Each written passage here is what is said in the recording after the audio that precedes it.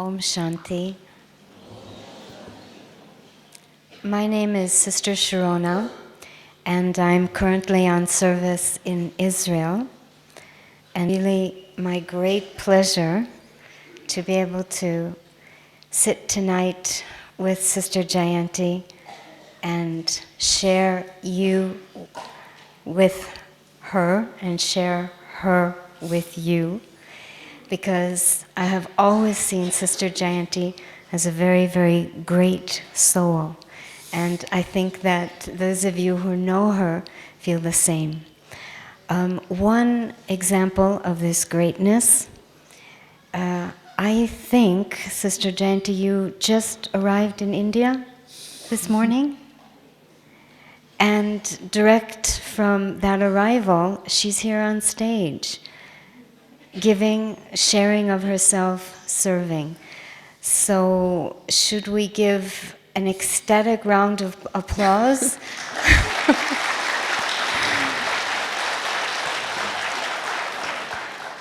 Of love and appreciation. I think it's actually Daddy Janki you should be applauding, because she has the inspiration and pulls the strings and makes us dance. That actually answers my first question. Because as long as I've known you, you were always giving. Always giving. Late into the night and early in the morning.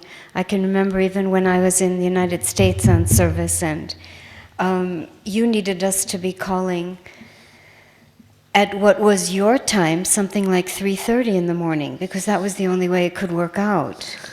And I didn't even realize that. And years went by in which that was the time she was sharing with us. So my first question is just, I'd like to hear from you what drives that giving. In the sense that many of us would experience an evolution in our own giving. Did it always come from where it's coming from now? What was the shift? Was it just a sense of obedience originally?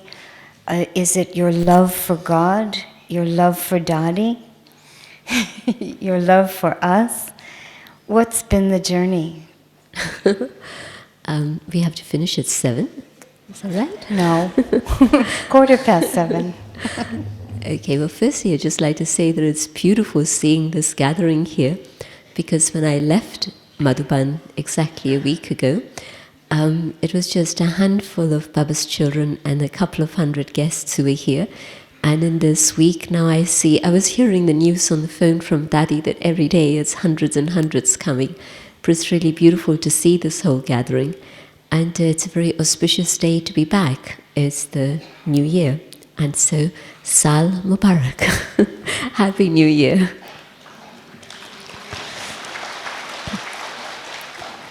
And the first motivation for giving was, I can date it, it's changed. It's changed through the years. But the very first moment when I thought that this is what I need to do, and I was so shy I couldn't speak in front of 3 people. I'm sorry, I've heard that before and I've never been able to believe it. She couldn't speak in front of 3 people. It's absolutely a fact. But it was that I had received knowledge that had changed my consciousness and my life dramatically, very, very dramatically. Even today when I think of the knowledge of soul, just the amazing detail of that information is actually, it stretches your mind. And secondly, the knowledge of God.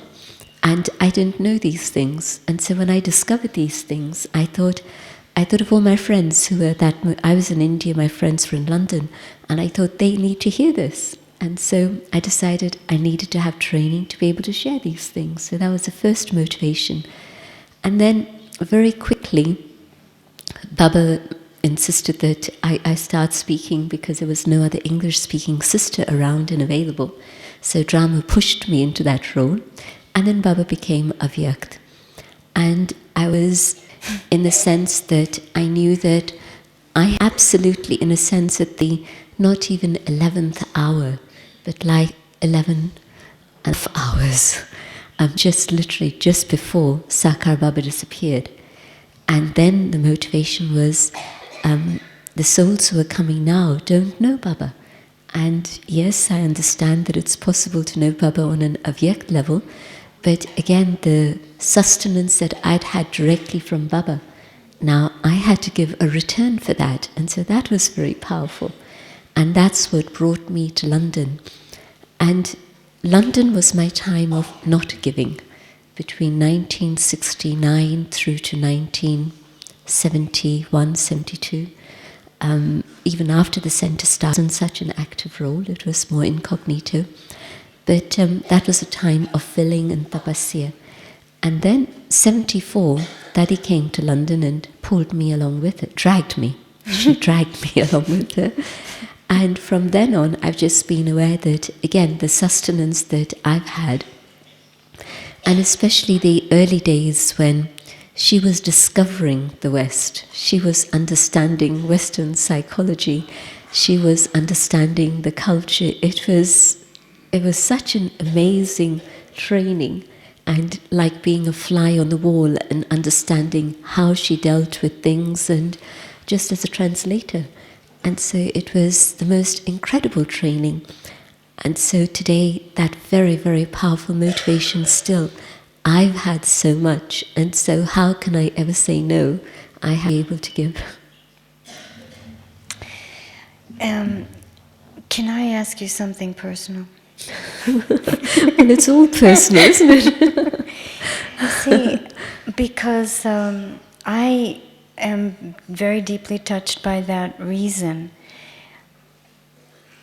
I would have been dictated by that myself over the years.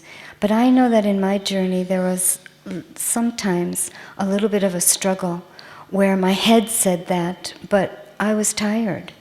Or I was influenced by some of the people I was serving. And so if that's ever happened to you, how did you work with that? How did you turn that around so that what your head always knew, and somewhere the heart would have been in that too, that could lead? Yes, both things are true. I've been through both. And the first one, the question of physical tiredness, it interfered with my yoga. And so I would say to Dadi, but I'm not able to have yoga because I'm too tired. And it took me years, I have to admit, that it took me years to get to understand that yoga wasn't a question of time. Yoga was a question of the heart. Yoga was a question of awareness and attention. And so many of you now come to me saying that we don't have time for the self. And then you hear Dadi say that she gives 95% attention to herself and 5% to service. And then you look at her timetable and it's quite the other way around. That, never mind even if Baba says rest is best, but yet you see her continually serving. Yet her attention is inside, focused on the self. And so it took me years to come to understand that physical time was different to inner awareness and attention on the self. And I think today I'm able to understand and appreciate that and work with that. So I do know that, yes, I can be externally physically busy, but internally I can keep myself in another consciousness and keep myself light. And then you find yourself in the position where others around you are getting tired and heavy and you have to help them. And so, the echo comes back to you and you remember what it is you're saying to them and you remind yourself. And the second, yes, there's never ever been a thought that I don't want to belong to Baba from that moment of recognition, but there must have been a few instances in which I thought that because of the strong sanskars of another individual that I wasn't able to deal with, and they were having a very, very powerful effect on my happiness and my stage, I thought, I didn't come to Baba for this. I didn't come for all this stuff. And I didn't want to give lectures. I didn't want to give classes. I don't want any of this. I'd rather just sit in Madhavan. And I think Adiji got tired of me saying, Dadiji, I want to come and stay in Madhuban. I want to come and stay in Madhuban. And Madhuban wasn't an active field of service at that point. It was a retreat place more. And it was only in 1985, 84 also, I was on a very, very extended trip with Daddy across the US. And we would go from one city to the next. And his health was very different at that point. And so we'd arrive in a place, be there one night, next day, off again. And we'd arrive at a place, and of course it was absolutely jam-packed. But the times that I'd have with her on the plane, an hour, 2 hours, short hops, I'd say to her, Daddy, have you thought more about this? And so she kept getting the same conversation from me, the same question. Daddy, when can I move to Madhuban, move to Madhuban?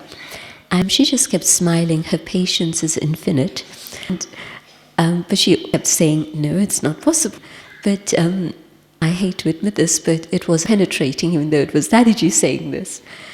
And then there was this amazing experience of January 85, 86. But sometime later, and it was January, because the season in February at that point, but January, with Muniben boarding about a new center, and that was another whole story, living in a household with 3 dogs and a woman who wasn't a Gyani woman. So that gives you an idea of the things that we went through in terms of service. But Madhuban tracked down my phone number there, and I get this phone call saying, come to Madhuban as soon as you reach London. I was leaving for London a few days later, and so I'm in London basically a day in transit, and I come to Madhuban. And it's because Daddy had organized this private meeting with Daddy. I can see many hearts thinking, oh, I wish. And so I don't often share these things because I know that drama, and it's impossible to replicate them. But I'll tell you anyway. It was Baba's room, and Baba's room was still the small room, not the extended room. And Baba was sitting, Daddy Gulzar, Baba's medium, sitting on the gaddi, the little gaddi which is still there. And it was a very, very small group of us who were there. And the purpose of the meeting was Baba coming to meet the Madhuban Nivasis, the main responsible instruments, because there'd been quite a backlash from Abu village. They'd seen the success of the conferences, they'd seen the press publicity, and so the Abu villagers basically were reacting and all sorts of things. And so now we were headed for another big conference in February. And so the question had to be put to Baba, how do we deal with the situation? Our guests are coming, but there's a reaction from the locals and you don't know what's going to happen. It's an explosive mixture. And Baba's point to them was yoga and love. They're jealous of your success. And so make friends with them. And so that became a whole PR campaign, not just artificial PR, but going out, making friends with them, and so on and so on. And that had been the main purpose for Baba to come in that little private gathering, and I had the good fortune of listening. And Baba said another thing that was very lovely. Baba said that, do you remember the story, this was to the group, do you remember the story where they say that when the sannyasi didn't believe that the king had actually become the conqueror of attachment, and he went around everywhere asking, this is not Janak, this is another story, but he went around everywhere in the kingdom asking, have you conquered attachment? Has your king conquered attachment? And the whole kingdom was one in which everybody had conquered attachment. So too, what's being said from the platform shouldn't just be said from the platform. That's only one level of service. Everybody involved in everything, right from transport to cooking to serving to accommodation, every single department has to reflect the qualities of love, of peace, of truth, the attainments you've had from Baba. And when people see this, and when local people see this also, then they'll believe that yes, there's something that's right that's happening here.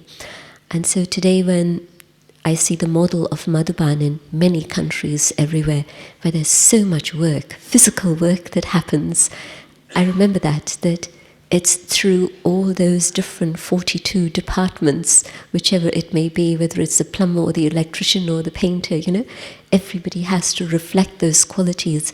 Then people will say, yes, it's not just people from the platform who do service, but it's everybody. So that was a beautiful lesson that I learned at that moment. And then people were asked to leave, and then different individuals came in front of Baba. And I had that opportunity about midnight. Had to do the pasya till midnight, but that was okay. And then it was literally Baba and me. And Baba's really had a heart-to-heart conversation. And then one of the things that Baba has said is, "Child, do you know who knows best?" And I go like this. And then Baba said, "But surely it's Baba who's kept you in London. It's not your desire that's kept you in London. And so that's where you need to be. Baba has put you there." And I couldn't argue anymore. I stopped kicking and huffing and puffing and just accepted it. And since then, there's been a different awareness. And yes, even just being in London 5 days now was gorgeous, because it was Diwali time and I could see that they needed a grandmother. We've got lots of mothers in London now, but you don't have grandmothers, and so I needed to be there while Daddy was here. And so it's still today, I'd say that going anywhere else in the world is a breeze, easy. It's London that's my challenge. But of course that's true, that the place where you have roots is a place where you have sanskars and karma.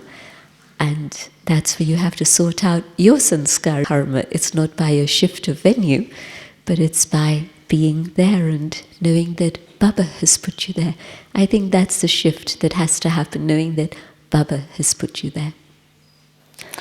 Is the shift also coming into this awareness that everything I'm doing is for myself?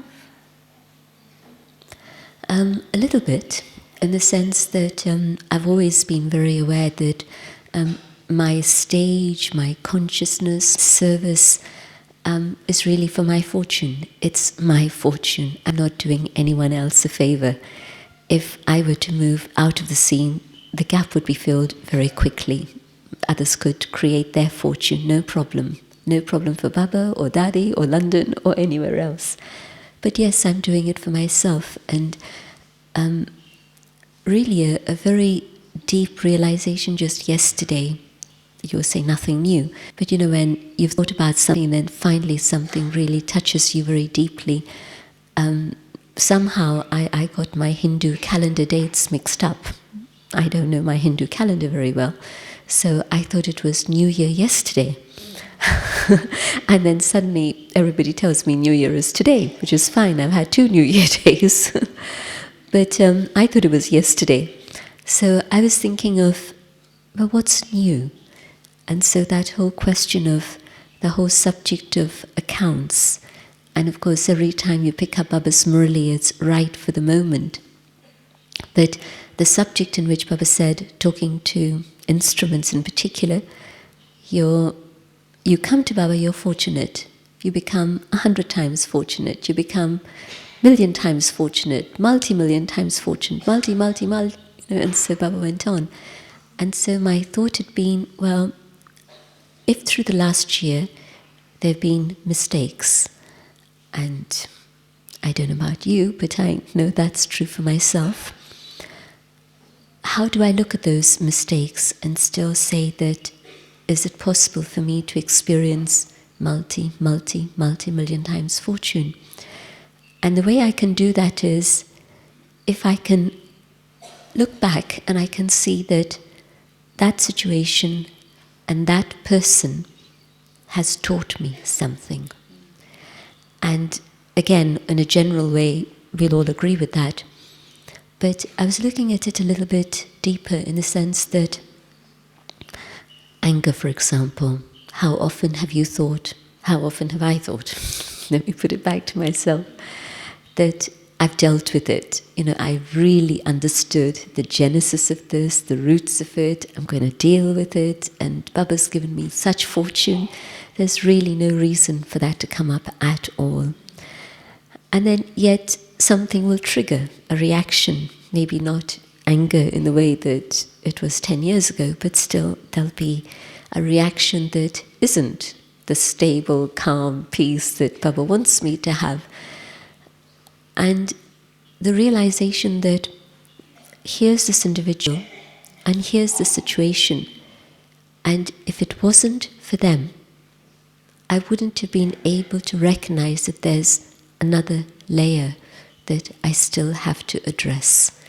I'd have thought, it's fine, I'm okay, but I'm not okay. And so the appreciation that it's because of this individual or this situation that it's out in the open, and now at least still, I don't know how much time we have, but at least now I have the time and the possibility of dealing with it at this moment. And so the fortune of that was something I was appreciating yesterday, that it really is very valuable having people around you who can push the buttons and help you realize it's actually good fortune. The first realization of this had been, again I can date it, because around 77, 78, Madhuban, and it was just Pandav Bhavan, and Madhuban courtyard, and a soul who was very, very instrumental in London in service. And today she's a changed personality. She's a saint, actually. But at that time, much older than me, but also with a very explosive nature. And most of her explosions were related to service, in that where she saw that service didn't happen in the way it should. The sparks would fly, a fire would fly. And Daddy said to me at one point that this person has such amazing yoga and does such amazing effort. Like she'd catch the night bus at 3 a.m. and would come to Baba Bhavan. It was the days of, so it must have been 79, the days of Baba Bhavan. So she would catch the night bus where she lived and would come to Baba Bhavan to be there 10 to 4 for Amrit Vela. So that was the quality of her effort. And she had a full-time job, so it's not that, she was sitting back through the day resting. Very demanding job, but her effort. And that he said, but these are the things that happen. If she didn't have to deal with the sanskar of anger, her effort is more than you and many others in Baba's house, which was true. She'd be part of the 8. And so everybody has their own tests that will help them achieve whatever is their stage. But Madhuban courtyard, and in Madhuban it was no external service to be done, just sort of looking after the household matters and babies. So that was okay. I didn't have much interaction with her. But I'm coming out of Baba's room and she's turning the corner around where the clinic is, and coming there just where that signboard says, Bab Dada, welcome, you're home. And she says to me, Sister Jayanti, I've realized something. Baba sent me to make you become karmatit. And we both laughed and were able to give each other very deep, genuine, loving drishti. That's a happy ending. I want to ask you a few things about what you just said. What's a saint? Somebody who's unperturbed. Today, I used it in that context of this individual. She'll do the simplest tasks in Baba's home. She'll do the most complicated task in Baba's home. And she'll do it with a smile. And I haven't seen her stage fluctuate because she took the time just to work on herself. Yeah, this is a major key that keeps coming up. Because something else I wanted to have you talk about is, you were saying that the benefit in working with people who press your buttons is at least it's out in the open. and you have a chance to acknowledge, it's the whole arena of humility could start there. I don't think a lot of us are doing this anymore, but it could still be an issue. We don't put things out in the open. Maybe because of our ego, the image we carry of ourselves, but it's repressed. So the buttons could very well be being triggered, but we're not putting it out in the open. Would you talk to us a little bit about that and how we can move through that? One of the things seems, how come you realize these things only after decades? And my hope is that some of you who don't have decades have realized these things quickly, and Baba's help will help you move forward very fast, and it's possible. But when there's discontent, then the discontent is causing a restlessness inside. And there's ego, there's anger, there's all sorts of stuff, but you're not dealing with it. And I think maybe a very basic realization is that I have to address that discontent in terms of Gyan and Yoga, not in terms of other people, what they've said, what they've done, history, circumstances. My discontent is actually not because of that. My discontent is because I haven't taken Baba's Gyan deeply and understood it well enough. I don't have that heart connection with Baba that Baba was talking about in yesterday's Murli. And so, if there is discontent, then, and I can feel it, there's no way in which you don't feel it, of course you feel it, but that's the lid, that's what keeps everything suppressed inside. You don't want to express it, you're rebelling, you're reacting, but it's all of it still there. And so first address the discontent, and I see that the way to do that is the appreciation of fortune, really to see my personal fortune and how much Baba has given me already, or even how much Dadi has given me already.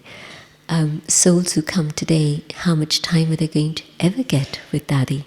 And not for everybody, but for many.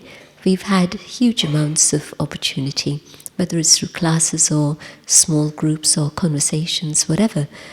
So just the appreciation of the fortune that I have had, whether it's the sustenance, whether it's the service opportunity, whatever, and to sort out that discontent inside. Then there's a solid foundation in which I can start looking at things with honesty and humility. While there's discontent, it's always going to be projection outside, but also it's not going to be a cleansing of the self. Another thing that came to me very strongly from yesterday's Murli was this whole aspect of, okay, new year. And Baba was talking to new students at that point, be careful and clear. And these were the two words Baba used. And so, careful, there's a lot that's inside, and don't think, well, how come people on the path 30 years, 20 years, and they haven't made it? Oh, I can make it very fast. Watch out, careful. But also then the clear, to be clear with myself. I'm not even talking about expressing things to other people. That's another step further down the line. But just to be able to be clear with myself. If I'm discontent, if I'm not experiencing the attainments that Baba's given me, well, what's wrong? What's going on?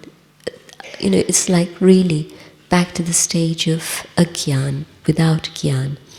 And so let me stay in that stage of gyan. I loved Baba, I loved Gyan, this is why I came to Baba, this is why I was ready to sacrifice everything for Baba. And so let me rediscover that innocence of childhood. And Baba says, remember the days of childhood. For most of us, remember those days of innocence, of the intoxication of Gyan and discovering Baba. Two words that you mentioned, I would like you to elaborate on as well. You mentioned the word jealousy a little bit earlier before, and actually this other word that you haven't mentioned, but I think it comes in the same bag, sensitivity.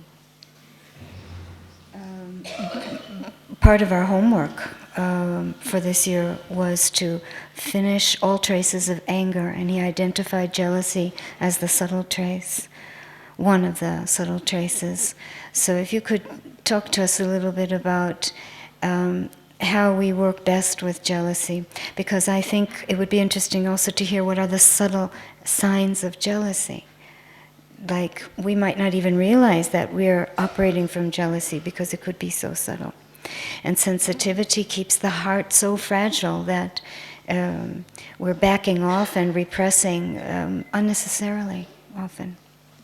I'd just like us to take a visit back to Baba's last meeting, last season, and where it was as if Baba was saying that even Baba coming to meet us was dependent on the fact of our transformation. And so for some time we had a question, is Baba going to come? And then somehow we've just taken it for granted it's business as usual. Yeah. You know, okay, it's October, it's Baba season, we're preparing to come to Madhuban, and I think we've forgotten the homework. And it's good that you reminded everybody now, because I think Baba hasn't forgotten. We've got how many days left? Like 8, 9? It's not too late. But we need to be clear about this. Okay, go ahead. Because I took it very seriously at that point when Baba was speaking and I was there sitting in that gathering in front of Baba. I took it seriously that it'll be a question as to whether Baba comes or not. And then it sort of rolled into, okay, let's fix the date, let's fix the group dates, and, everything's sort of carried on.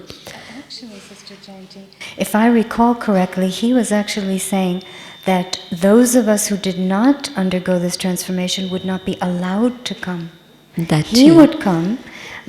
I thought he was saying he would come, but that individually we would not be allowed if we didn't hand in the right chart. Okay, I can't remember which way it was.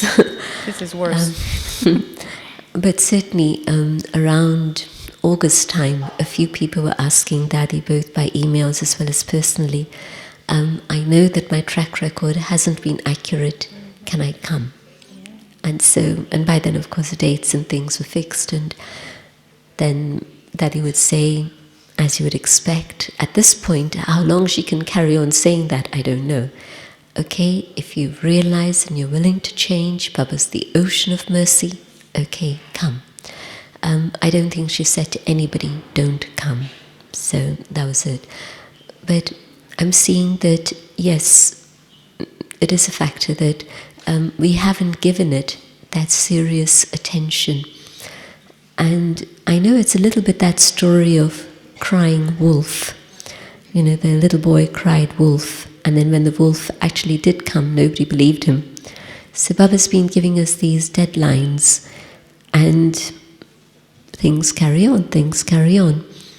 And so I think there's a little bit that feeling for most of us, well, it's going to take a little bit of time before the world is transformed and this, that and the other. But my understanding of that is that in Sangam Yuga, however long I've been with Baba, and whatever time I've lost personally.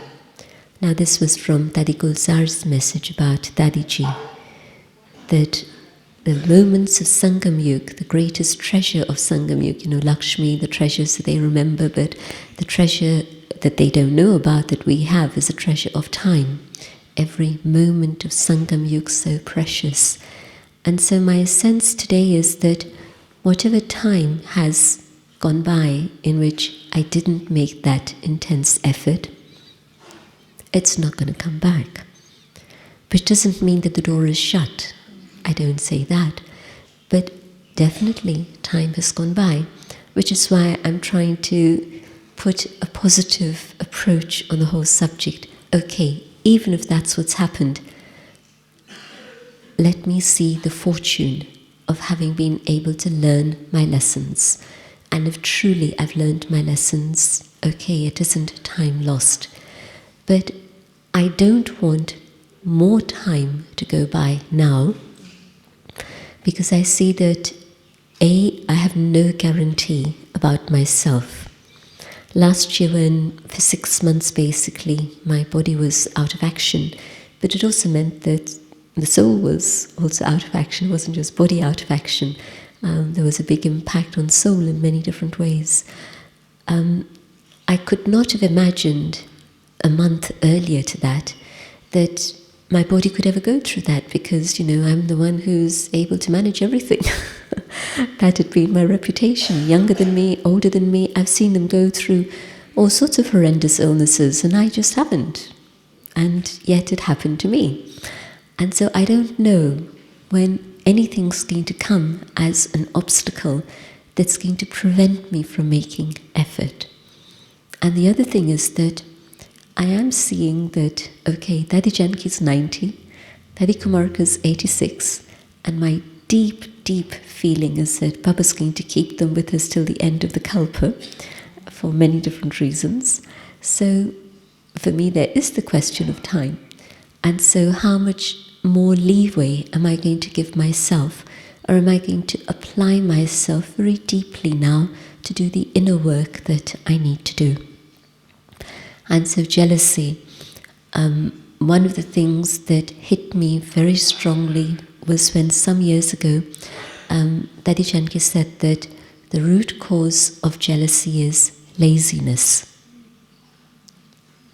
I'd never thought of it like that. But her point was that I'm seeing someone else's fortune and I'm not appreciating my fortune, but also I'm jealous of their fortune, but have I done the work that they've done? They have that fortune for some good reason. You know the law of karma, Lady Luck isn't something that just happens. But we determine our fortune, we determine our destiny, we create our fortune. So what is it that they've done? So rather than this feeling that gnaws away inside, I wish, but let me see, what is it that I can learn from them? What have they done that's brought them that fortune? That's one thing that made a lot of deep sense to me. And the second was even earlier. This was in the 80s that I remember that he said this. But way, way back, it must have been even 1972, 73, before Daddy came to England. And Daddy was in the little room which Daddy Ratan Moini now occupies. Daddy Kumarka on one side, and Daddy Gulzar on the other side, and Daddy Janki in that little room there. And there was a meeting of the Daddies. They were having, I knew it wasn't a business meeting, it was a chit-chat meeting. Again, my good fortune, in that tiny little room, I was sharing that room with Daddy. And so I knew that there was going to be a meeting, and about 8 Daddies were all going to come into that tiny little room. Just imagine the power in that room. And they were going to have chit-chat. Daddy Janki told me that. And of course there was no way that I was going to be invited, and there was no way that I had any right to be there.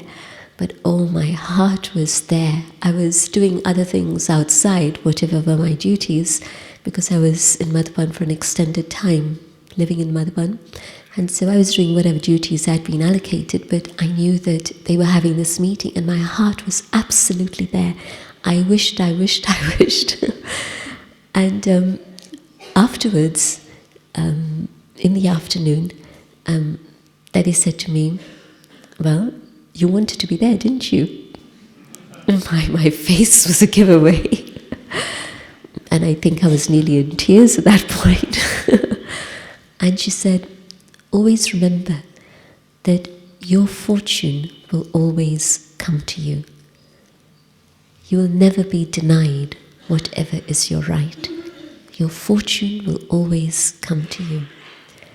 And I think that's helped me in so many, many situations. It's really something very precious to keep in your heart. What is your right Nobody can deny that. You can't put a finger on this one, that one, or the other one. It's gonna come to you, and you'll see proof of that. And so the lesson, really, Baba's in charge, Baba's giving me everything, and so let me be content. Why I keep coming back to this thing of content and discontent is because, again, good fortune. After many years, I travelled with Dadi to India when I came for the Peace of Mind retreat. And in that, Dadi had shared how she finds that Baba's children aren't even peaceful. Now, we are the messengers of peace. Om Shanti is the mantra we give to the world. Just a minute is the slogan we are using currently. And peace is our original state of being. Was it in yesterday's Murali Baba said that, discover your own original precious state. So, how come Baba's children aren't even at that first rung of the ladder of Om Shanti? And then she said it's because they're discontent. She said there's 1,000 different reasons why we become peaceless, but the root causes discontent. And so she picked up on this a lot. So since you hear something that makes a lot of sense, and so you keep applying it in different situations, so the things that you're asking me, to me it's coming back to that factor of contentment. That's very useful, what you were sharing before about how you deal with that discontent. What about sensitivity? And also, just jumping ahead to a next question, one of the other things Baba was checking on February 25th, not necessarily the homework, the chart from from December 31st, but on the 25th he also mentioned not giving sorrow and not taking sorrow, and that we're especially not succeeding in no longer taking sorrow. And I think that could be everybody's experience. Just like we trip ourselves up with anger, we're tripping ourselves up with yet again having taken the sorrow. So why do we do that? And what's a way to see us through? There's a word that Baba uses a lot, and that's being introverted. And again, it's basic, it's first lesson, first day. And so the question of, is my attention out there, extrovert, or is my attention inwards, introvert? And I see that because we don't remind ourselves of these basic things, which is why I feel absolutely certain that last so fast is a reality. It's not that it's Baba just pacifying those who are coming today, but it's a reality because decades with Baba, and we've loved Baba, we've served Baba, we've surrendered to Baba, we've done everything that's made all of this happen. Without us, it wouldn't have happened. That's a reality. We're all, instruments to have given a finger of cooperation to make all this happen. So it's not just, looking at my negative stuff, but appreciating all that has happened. But I think for most of us from outside Bharat, I can't speak of Bharat, I just don't interact with souls in a deep way sufficiently to know what's going on, and I'm glad that there's others looking after that. But outside of Bharat, it's such a basic lesson of introvert, extrovert, and we haven't given enough time and attention and energy to that basic lesson. And another thing in terms of sensitivity, because there was somebody who came to Dadi some weeks ago, and she said to Dadi that it was so strange that she's been in Gyan about 7 years. She said, it's so strange. I find that at my Lokik job, others are able to cope much better than I'm managing. And I would have thought that as a Raj Yogi, and her disciplines are absolutely accurate. So it's not even that it's a breaking of Srimat on any level. Amrit Vela, timetable, Murali, all of that is accurate. And she said, Daddy, I can't understand what's happened to me. And she was in tears, even talking to Daddy, and obviously she gets into tears at her work situation. Little things happen and she gets very sensitive. And so Daddy was telling her that when it's Lokik life, then you put on a mask, and there's a courtesy, a politeness, and you build that up day by day. There's an ego that you create, and there's an identity that you've, positioned yourself in, and that's who you are, and so you play that role. You come to Baba, and those masks have been stripped away. And so you don't have that external identity to hide behind. Now you're face to face with yourself. And then that comes out in Lokik, Alokik, every situation. But through that process, just remember that, okay, let me connect with Baba inside and see what Baba has given me. And just remembering how much Baba has already given me, never mind how much more effort I need to make, but how much Baba has given me already. Just hold on to that and appreciate that. And so one reason is that the masks have gone.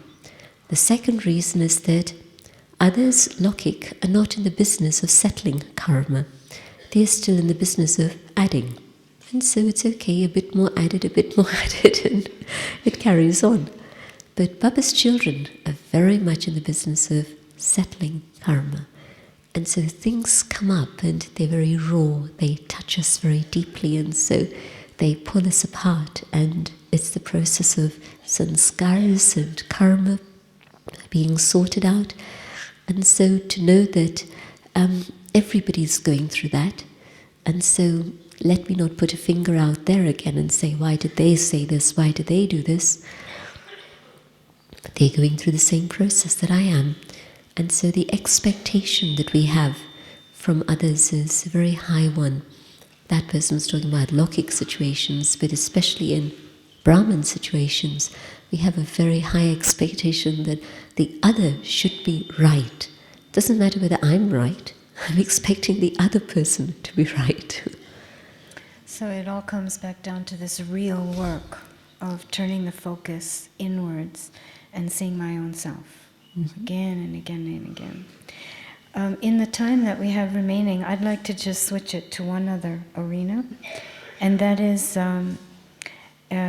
like Baba would mention even in the February 25th vow that he wanted us to take, that we needed to be giving a drop of liberation to all souls. And what I wanted to hear you share on is that something that we're to be doing consciously? Is it a systematic thing which we give specific time to, or is it more just like a feature of the our stage as it purifies? Three different things. One, that yes, as my stage moves in the direction that Baba wants it to go in, automatically others are picking up something and benefiting from that, yes. But also two other things, and that is that whoever you meet, actually consciously see them as a soul. And most times we don't remember to do this. When we're in that mode of inner attention, we do. And the results then are very dramatic, they're quite different. Just see every individual you're meeting as a soul. And there's nothing visible you do, nothing visible you say, it's just your awareness and how you are seeing them. But there'll be a different response you get from them. And of course you can only see another as a soul if you're seeing yourself as a soul. And so if I'm in that awareness, then I'll see others in that way. And so I see that in terms of spiritual work, that's what I need to do more and more and more. But on the other hand, I also see that the sort of possibilities of projects that have now started. An interesting statistic I discovered, I didn't know this till I went back to London now, 30 million people saw Just a Minute.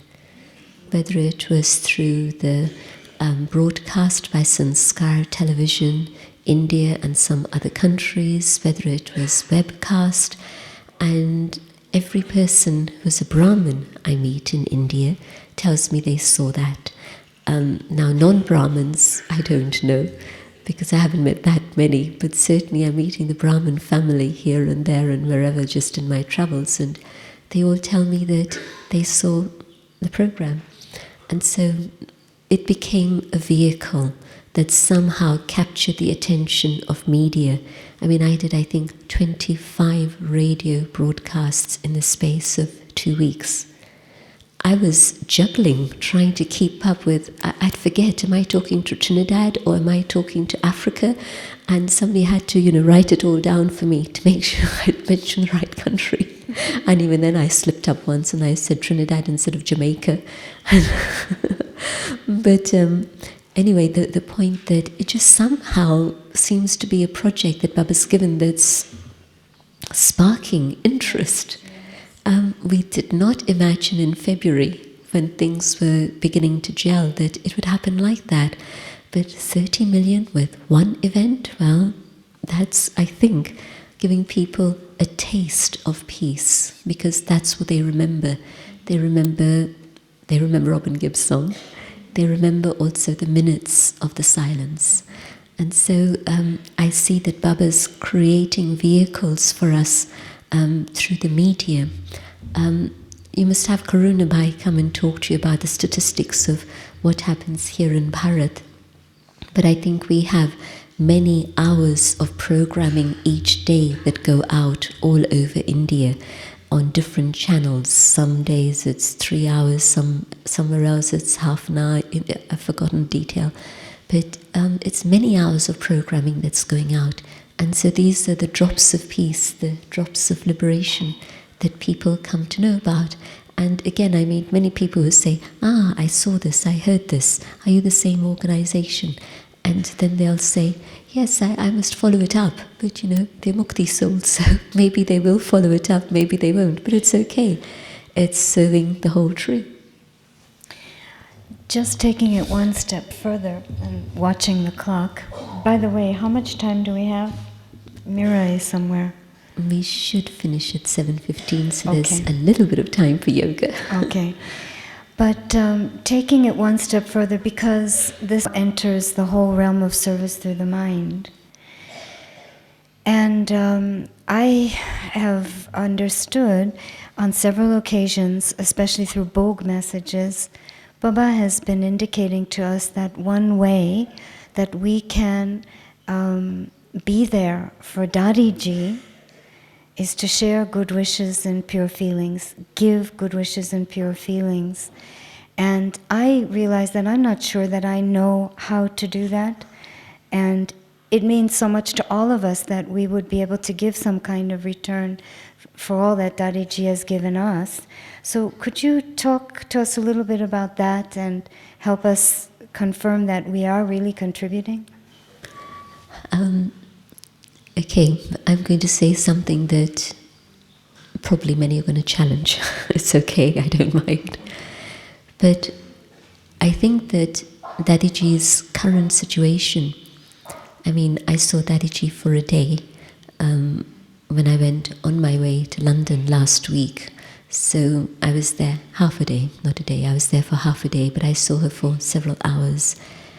And it became very clear that Dadi understands what's going on, Dadi knows what's going on, Dadi is absolutely in command of herself, and it's like she's made a conscious choice not to get involved in the day-to-day things and any of those things, but like Baba said, be the goddess of peace, the goddess of love, and be able to just simply share that.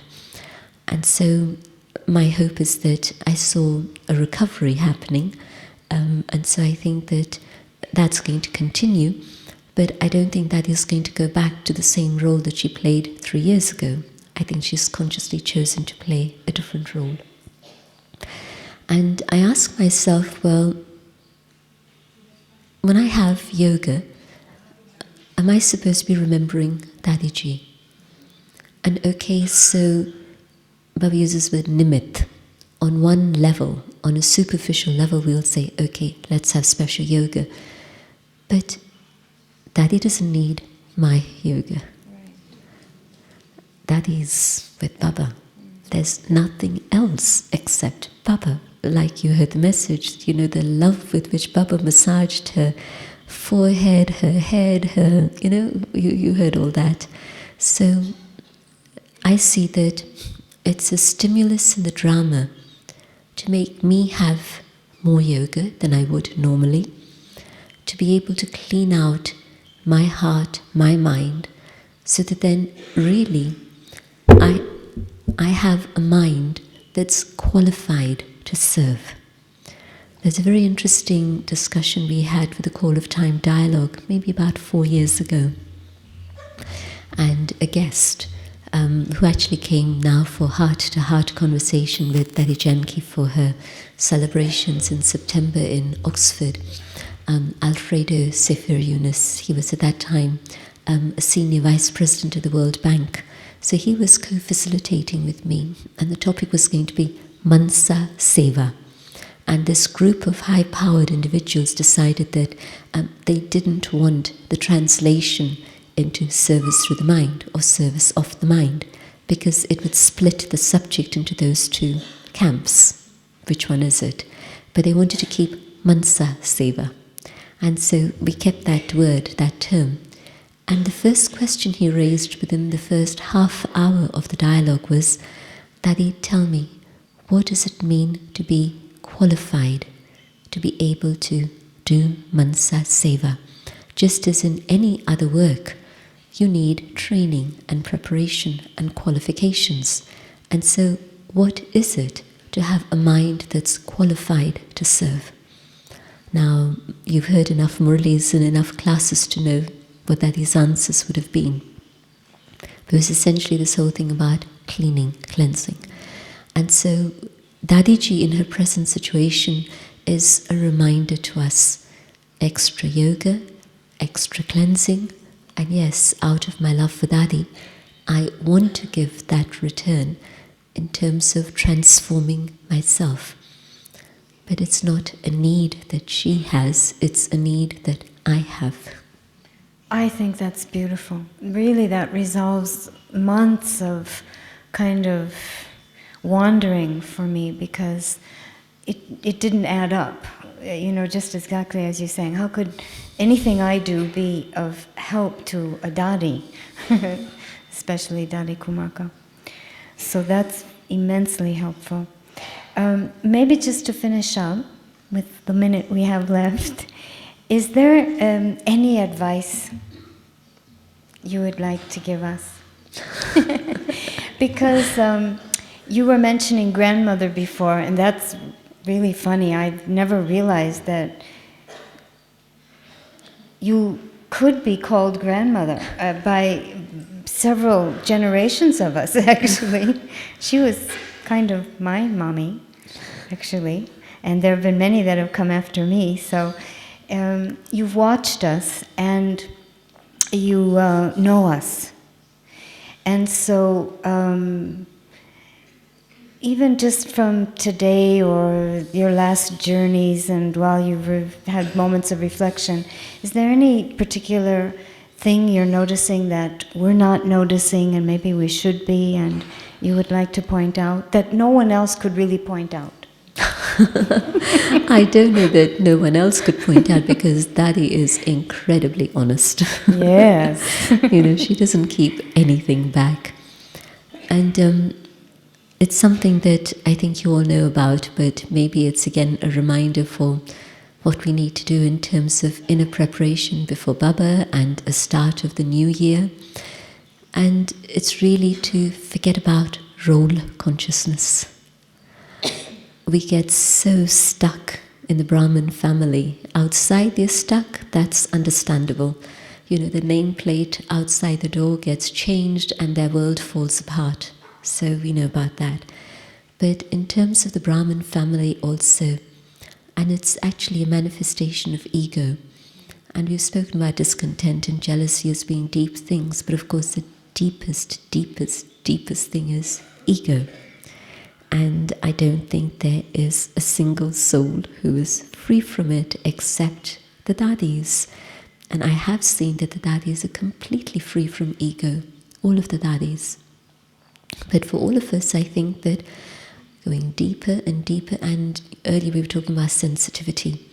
If I'm a little bit sensitive and I'm still experiencing some sorrow or pain, that's the signal. It's ego. The sign of ego is pain. Really, there's no two ways about it. I have to accept that it's my ego that's causing me that pain. But where we get stuck into roles, then that creates a huge amount of pain and a lot of competition and problems and difficulties. I think it's time to really realize this and let go of that whole thing of role. When Daddy Janki came to London, nobody told her, "You are the coordinator of services abroad." She just came and did what she needed to do. Just made herself available for Baba's work. Then the title came very recently because we needed to fix labels for the world out there. She didn't ask for it, but the world out there needed it. So let me just be content and do what Baba wants me to do, where Baba wants me to be, and forget about all the externals of role and parameters and definitions, and we get stuck into all these things. So it comes right back down to that real work, doing that real work, recognizing my fortune. Who am I and what is my fortune?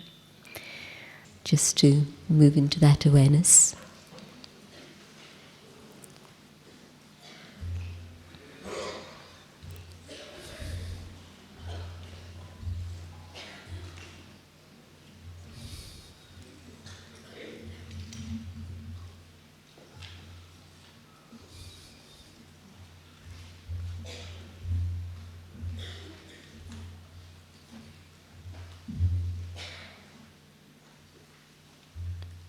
Aware of who I am, a shining star of light,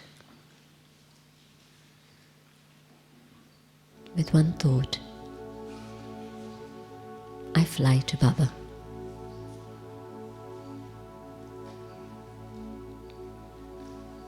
My Baba, the Baba whom the whole world remembers, has found me. And not only do I say, my Baba, but Baba says, my child.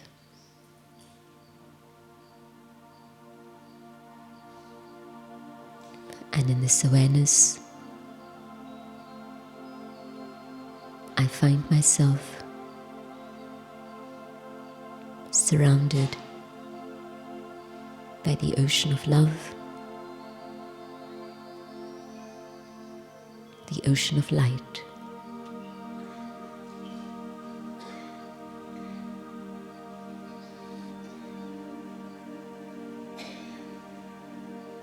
This is the highest fortune of all, to be with Baba and claim my right to all his love.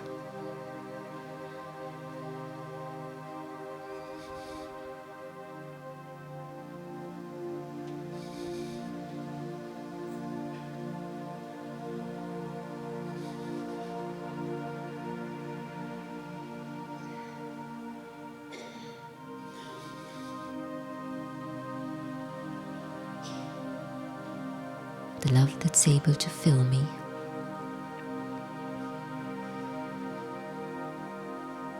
the love that's able to fulfill all my needs.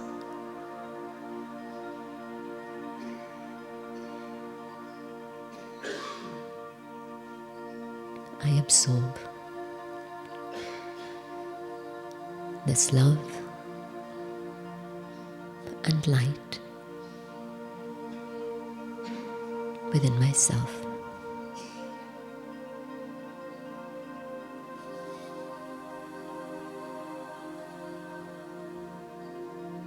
But Baba's love is infinite, and I know that that love is reaching out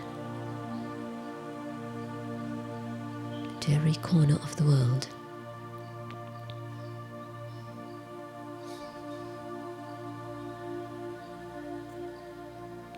Awakening, reminding, and healing.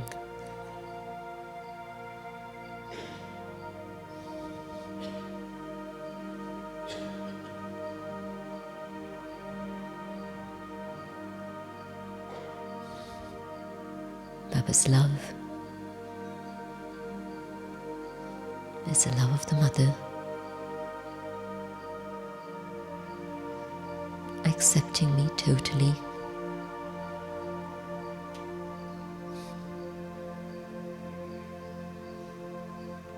Baba knows, and yet Baba gives me love.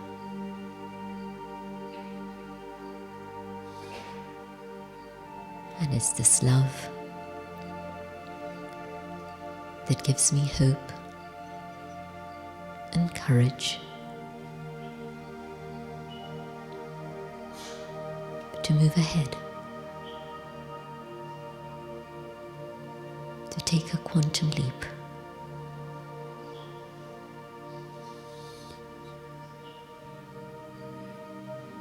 Baba's love empowers.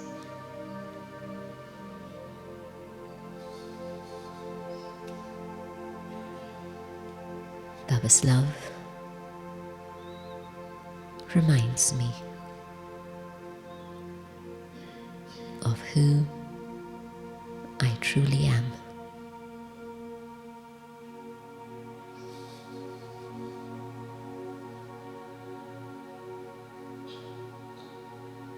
I stay in this awareness of my eternal, original state of being.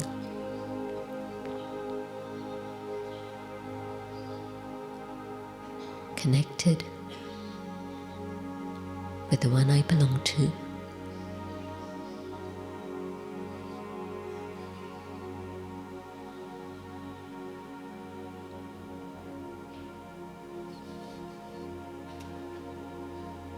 And Baba's magic works on me and continues to serve the world.